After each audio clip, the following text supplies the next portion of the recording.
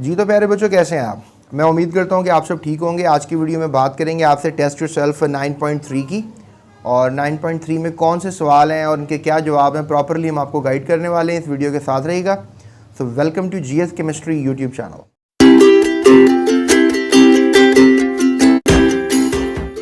जी तो प्यारे बच्चों, पहला सवाल ये किया जा रहा है कि what do you mean by extent of a reaction, कि आखिर एक्सटेंट ऑफ अ रिएक्शन जो है इससे क्या मुराद है।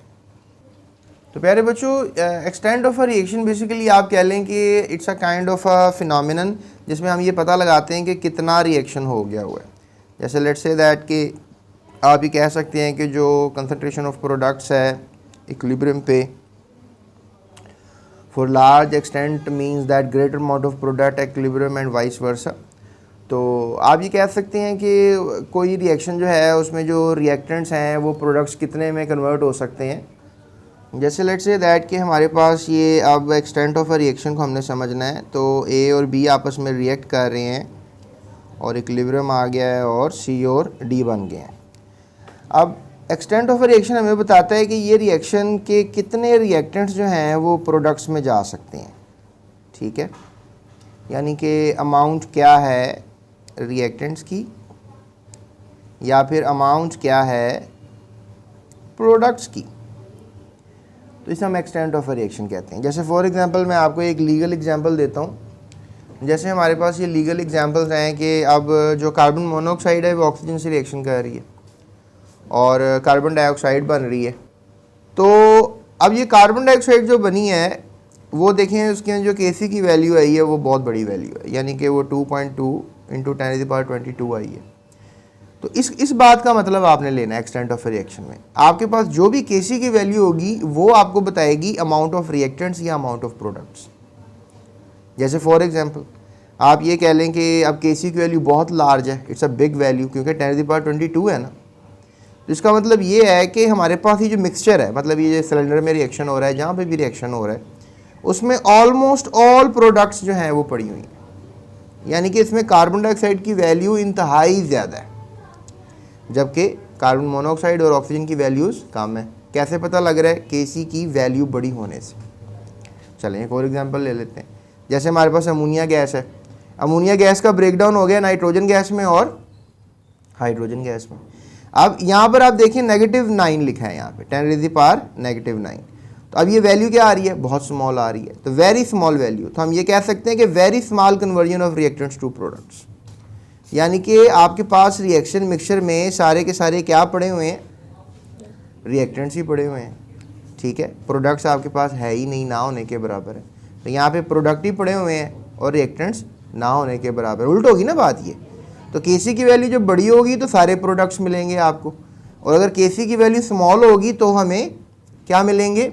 सारे के सारे रिएक्टेंट्स ही मिलेंगे, कन्वर्जन हुई नहीं, इतनी प्रोडक्ट बनी नहीं है। अब एक बात हो रह जाती है कि आखिरकार अगर वैल्यू ज़ीरो के बहुत करीब हो, देखो ना नंबर लाइन के अंदर क्या हम स्टडी करते हैं कि ज़ीरो से अगर आगे जाएंगे तो नंबर बड़ा होता जाएगा, और ज़ीरो से अगर पीछे जाएंगे तो नंबर छोटा होता चला जाएगा। अब ज़ीरो के करीब अगर नंबर होगा तो वो ज़ीरो के करीब होगा ना। तो 0.2 क्या हुआ? ज़ीरो के करीब हुआ, यानी कि अब ना तो वैल्यू बहुत बड़ी है ना तो वैल्यू बहुत छोटी है।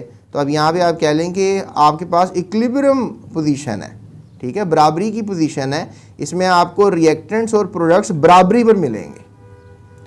तो प्यारे बच्चों, ये था हमारे पास नज़रिया एक्सटेंट ऑफ अ रिएक्शन का। तो यहाँ पे हमने क्या सीखा कि एक्सटेंट ऑफ अ रिएक्शन क्या है? Concentration of products at equilibrium for a large extent means greater amount of products. यही पढ़ा ना कि अगर ज़्यादा Kc की वैल्यू होगी तो ग्रेटर अमाउंट ऑफ प्रोडक्ट्स होंगी एंड वाइस वर्सा। अगला सवाल किया जा रहा है, why the reversible reaction do not go to completion, कि जो एक रिवर्सिबल रिएक्शन होता है आखिर वो कंप्लीट ही नहीं होता, ऐसा क्यों होता है? तो प्यारे बच्चों, कोई भी रिएक्शन जो है ना वो कंप्लीट नहीं होता। स्पेसिफिकली जो रिवर्सिबल रिएक्शन है वो कंप्लीट इसलिए नहीं होता क्योंकि जो रिएक्टेंट्स होते हैं वो प्रोडक्ट्स में जा रहे होते हैं और जो प्रोडक्ट्स होते हैं वो रिएक्टेंट में आ रहे होते हैं। तो जब ये रिएक्टेंट्स प्रोडक्ट्स में जा रहे हैं या प्रोडक्ट्स रिएक्टेंट्स में आ रहे हैं तो कोई चीज़ तय नहीं है, रुकी हुई नहीं है। तो फिर कंप्लीशन तो वो है ना कि ये सारे ए वाले बी वाले सी डी में कन्वर्ट हो जाएं, या सी डी वाले जो आपस में रिएक्शन कर रहे हैं तो वो ए बी में कन्वर्ट हो जाएं। किसी एक तरफ तो बात हो ना कंप्लीट। तो ये कंप्लीशन उसको कहते हैं। अगर अब ए बी कन्वर्ट हो जा रहा है सी डी में और सी डी जो है वो आगे कन्वर्ट हो जा रहे हैं दोबारा ए बी में, तो इसका क्या मतलब है? इसका मतलब ये है कि ये कभी भी रिएक्शन कंप्लीट नहीं होगा, इट विल नेवर कंप्लीट। तो इस बात को हम जवाब में भी देख लेते हैं कि क्यों रिवर्सिबल रिएक्शन कंप्लीट नहीं होता। In a reversible reaction as soon as product are form, जैसे ही प्रोडक्ट बनती है तो प्रोडक्ट भी क्या होती है, began to react with each other, कि जो जैसे सी और डी है वो भी आपस में रिएक्शन करना शुरू कर देंगे और डिकम्पोज बैक। अगर लेट्स से दैट खाली ही सी है डी साथ नहीं है तो वो टूट भी जाएंगे, शीशे का ग्लास टूट जाता है और वो छोटे छोटे टुकड़ों में, तो एक जो बड़ा मॉलिक्यूल है वो टूट कर छोटे मॉलिक्यूल में कन्वर्ट हो जाता है, इसे हम डिकम्पोजिशन रिएक्शन कहते हैं। तो एक रिएक्टेंट्स में चला जाएगा। So it's mean reactants do not consume completely. इससे मतलब ये हुआ कि जो रिएक्टेंट्स हैं वो अगर प्रोडक्ट बन गए हैं तो प्रोडक्ट तो दोबारा रिएक्टेंट बन रही है। तो अब आप ये कहेंगे जी मैंने तो 10 किलो रिएक्टेंट्स को रिएक्ट करा के 10 किलो प्रोडक्ट बना दी है, तो अल्लाह के बंदे आपने 10 किलो प्रोडक्ट तो बना दी लेकिन प्रोडक्ट भी रिएक्ट करके दोबारा रिएक्टेंट बनी जा रही है। तो आप ये नहीं कह सकते कि रिएक्टेंट सारे प्रोडक्ट में चले गए हैं और प्रोडक्ट जो है वो रिएक्टेंट में नहीं आ रही है, तो दोनों तरफ रिएक्शन चल रहा है। Thus a reversible reaction never goes to complete. तो ये कभी भी कंप्लीशन की तरफ नहीं जाता। कौन सा रिएक्शन? रिवर्सिबल रिएक्शन, जिसके एरो इस तरह के होते हैं, मैंने भी आपको दिखाए भी हैं, ठीक है। तो जिस तरह के जिस भी रिएक्शन के एरो इस तरह के होंगे वो कभी भी कंप्लीशन को नहीं जाएगा, it will never be completed. उसके बाद सवाल ये किया जा रहा है कि if a reaction have a large value of Kc, अगर एक रिएक्शन है उसकी लार्ज वैल्यू ऑफ Kc है, ठीक है, तो will it go to completion and why, और क्या ये कंप्लीशन की तरफ जाएगा और why? Large value of Kc में मैंने बताया था कि ऑलमोस्ट क्या होती हैं, ऑल प्रोडक्ट्स होती हैं। मैं आपको रेफरेंस देता हूँ, जैसे फॉर एग्जांपल ये देखें Kc की वैल्यू लार्ज है यहाँ पे, तो मैंने क्या कहा था कि almost all products are there. तो जब Kc की वैल्यू लार्ज होती है 2.2 × 10⁻22 for carbon monoxide and carbon dioxide के बनने के, यानी सिलेंडर में आपको क्या मिलेगी? कार्बन डाइऑक्साइड मिलेगी। तो यहाँ पे आप कह सकते हैं कि yes it will go to completion.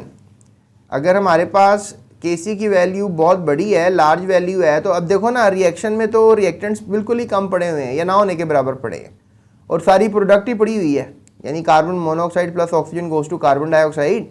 तो सिलेंडर में क्या पड़ा हुआ है? सारी की सारी कार्बन डाइऑक्साइड पड़ी हुई है। So yes it will go to completion because large value of Kc means the reaction will be maximum in forward direction, यानी कि जो रिएक्शन है वो फॉरवर्ड डायरेक्शन में ज़्यादा चला गया हुआ है। So this greater amount of products at equilibrium will be obtain, यानी कि आपको ज़्यादा मिलेंगी प्रोडक्ट्स, ठीक है। तो जब ज़्यादा प्रोडक्ट्स हों और रिएक्टेंट्स ना होने के बराबर हों तो हम कह देते हैं जी रिएक्शन तो कंप्लीट हो गया। लेकिन ये फर्जी कंप्लीट है, ये कोई जेन्युइनली कंप्लीट नहीं है। थोड़ी बहुत तो आपको पता है प्रोडक्ट टूट कर रिएक्टेंट बन रही है, आप ये नहीं कह सकते कि 100% ही प्रोडक्ट बन गई हुई है। तो इस तरह से अगला सवाल है कि which type of reaction do not goes to completion, कौन से जो रिएक्शन है कभी भी कंप्लीट नहीं होते। तो those reversible reaction Kc value are small will not go to completion. जैसे फॉर एग्जाम्पल, जैसे हमारे पास यहाँ पर आपको नज़र आ रहा है कि अब ये स्मॉल वैल्यू ऑफ Kc है, इसमें अमोनिया जो है वो टूटना चाह रहा है नाइट्रोजन गैस में और हाइड्रोजन गैस में। क्या ये टूट पाएगा? ये नहीं टूट पाएगा। क्यों नहीं टूट पाएगा इतना ज़्यादा? क्योंकि Kc की वैल्यू बहुत छोटी है इस रिएक्शन के लिए। आपका ये बड़ा अच्छा क्वेश्चन हो सकता है कि सर आप Kc की वैल्यू जो बता रहे हैं ये आपको कैसे पता लगी है? इसका भी तो कोई तरीका बताया ना कि आप ये रिएक्शन लिख देते हैं, ये Kc की वैल्यू लिख देते हैं, आपको कैसे ये वैल्यूज़ पता लगती हैं? तो बेटा ये एक मेथडोलॉजी है जिससे हम ये वैल्यूज़ निकाल लेते हैं। तो मेथडोलॉजीज़ तो आपको भी सबक में हम नहीं सिखा रहे, तो लिहाजा अगर आपको कोई थोड़ा बहुत उसका हिंट है तो आप कमेंट करके हमें बता सकते हैं, ठीक है। सो ये स्मॉल वैल्यू ऑफ Kc का मतलब होता है कि रिएक्टेंट्स ही सारे पड़े हुए हैं और प्रोडक्ट जो है वो ना होने के बराबर है। तो प्यारे बच्चों बस आपने ये बात याद रखनी है, स्मॉल वैल्यू ऑफ Kc हमें हमेशा ये बताती है रिएक्टेंट्स रिएक्ट ही नहीं कर रहे, सारे ही पड़े हुए हैं, प्रोडक्ट बन ही नहीं रही। तो जब प्रोडक्ट बन नहीं रही प्यारे बच्चों, आप ये कैसे कह सकते हो कि ये रिएक्शन कंप्लीट हो गया? रिएक्शन तो ऐसे कंप्लीट होगा ना कि जब सारे रिएक्टेंट ऐड करके प्रोडक्ट बना रहे हैं। अब देखो ना इसमें Kc की वैल्यू बड़ी है, इसका मतलब है सारी प्रोडक्ट ही पड़ी हुई है रिएक्शन मिक्सचर में। तो लिहाजा ये दो बातें आपने दिमाग में काउंटेबल रखनी है। तो प्यारे बच्चों इसका ये जवाब बनेगा those reversible reactions whose Kc value are small will not go to completion. जिनकी Kc की वैल्यू छोटी होती है वो कभी भी कंप्लीशन को नहीं जाते हैं। उसके बाद प्यारे बच्चों सवाल किया जा रहा है कि why the reaction mixture does not have 50% reactant 50% product. जब हम ये वाला निशान लगाते हैं तो हमें तो दिमाग में यही आती है ना बात कि 50% इधर होंगे रिएक्टेंट्स और 50% इधर होंगे प्रोडक्ट्स, दिमाग में तो हमेशा यही बात आती है। लेकिन अभी जो मैं आपको बातें बता रहा हूँ कि small value of KC, large value of KC, near to zero value of KC, तो इसमें तो ऐसा नहीं होता। मतलब 50% की मैंने अभी तक आपसे बात नहीं की है, ऐसा क्यों नहीं होता? The amount of reactants and products depend upon the value of KC. वही बात हो गई कि जो अमाउंट ऑफ प्रोडक्ट्स हैं या रिएक्टेंट्स हैं ये किस पे डिपेंड करते हैं? केसी पे डिपेंड करते हैं। अब जो केसी की वैल्यू होगी वही डिसाइड करेगी कि रिएक्टेंट्स ज़्यादा हैं कि प्रोडक्ट्स ज़्यादा। अगर केसी की वैल्यू बड़ी होगी तो प्रोडक्ट्स ज़्यादा हैं, अगर केसी की वैल्यू स्मॉल होगी तो रिएक्टेंट्स ज़्यादा हैं। तो 50-50 वाला केस तो कभी हो नहीं सकता ना। So if the value of KC is very large then the amount of reactants will be small, है ना। तो प्रोडक्ट बन चुकी है ना, प्रोडक्ट्स जो है वो बहुत ज़्यादा हो चुके होंगे। तो प्यारे बच्चों ये आप कह सकते हैं ना कि विल बी वेरी लार्ज, कि जब हमारे पास केसी की वैल्यू बहुत बड़ी होगी तो product will be very large. और हम ये कह सकते हैं कि if the value of KC is very small तो the amount of reactants will be maximum. अब केसी की वैल्यू स्मॉल हो गई ना तो रिएक्टेंट्स ज़्यादा हो गए ना, and products will be minimum, तो प्रोडक्ट्स कम हो गए। क्या ख्याल है? अब ज़रा जल्दी से बताओ मुझे कि केसी की स्मॉल वैल्यू किस में थी? बिल्कुल सही जवाब, carbon monoxide plus oxygen goes to carbon dioxide, उसमें केसी की वैल्यू स्मॉल थी। क्या वैल्यू स्मॉल थी उसकी? हाँ, तो बिल्कुल गलत सोच रहे हो, वो अमोनिया की डीकम्पोजिशन में स्मॉल थी। अमोनिया जब डीकम्पोज हो रहा था नाइट्रोजन गैस में और हाइड्रोजन गैस में, उसमें इसकी वैल्यू स्मॉल 10⁻�9 आई थी, राइट। क्या वैल्यू आई थी? 10⁻�9। So if the value of KC neither large nor small, अगर वही जीरो के बराबर हो जाए तो फिर इक्विलिब्रियम मिक्सचर होगा, उसमें रिएक्टेंट्स और प्रोडक्ट्स बराबरी पर पाए जाएंगे, ठीक है। So thus it concluded that reaction mixture may not have 50% reactants and 50% products at equilibrium because these depends upon the value of Kc and respective number of moles of reactant products। तो ये एक additional line आ गई है जो अभी यहाँ पे लिख दी है कि number of moles reactant products के कितने होंगे। तो ये डिपेंड करता है कि कितने मोल्स होंगे रिएक्टेंट्स के, कितने मोल्स होंगे प्रोडक्ट्स के, मतलब ये तादाद बता रहा है। तो ये डिपेंड करता है Kc की वैल्यू पे। अब Kc की वैल्यू जो है इंपॉर्टेंट है, दो लिहाज से प्रोडिक्शन देती है, एक एक्सटेंट ऑफ रिएक्शन की और एक ये बता देती है एक और बात कि डायरेक्शन ऑफ रिएक्शन जो है वो क्या है, यानी कि एक्सटेंट ऑफ रिएक्शन और डायरेक्शन ऑफ रिएक्शन ये दो चीज़ें हैं। तो प्यारे बच्चों एक्सटेंट ऑफ रिएक्शन और डायरेक्शन ऑफ रिएक्शन किससे पता लग सकती है? केसी की वैल्यू से। इसकी जो भी वैल्यू आप याद कर लेते हैं। तो आप मुझे ज़रा कमेंट करके बताएं कि अगर हमने हाइड्रोजन गैस को और आयोडीन पार्टिकल को रिएक्ट करवाया है और हाइड्रोजन आयोडाइड बना है, इसकी केसी की वैल्यू क्या होती है? ठीक है, बुक में दी हुई है, तो ढूंढ के जल्दी से कमेंट कर दें। तो ये थी हमारी आज की टेस्ट योरसेल्फ 9.3। होप सो आपको अच्छी तरह से समझ आ गई होगी। और अभी मज़ीद वीडियोस के लिए आपको थंबनेल नज़र आ रहे हैं, आप उस पर क्लिक कर सकते हैं और जज कर सकते हैं नेक्स्ट क्वेश्चंस को। 9.4 को डिस्क्रिप्शन में लिंक है, उससे आप फॉलो कर सकते हैं और देख सकते हैं पूरी बुक की वीडियोस। इसके अलावा थंबनेल भी नज़र आ रहा है, इसके अलावा आई बटन भी आपको वीडियो में नज़र आ रहा है, वहाँ से भी आप हमें फॉलो कर सकते हैं प्लेलिस्ट को, और टोटली फ्री ऑफ कॉस्ट है, आप इसे लर्निंग ले सकते हैं।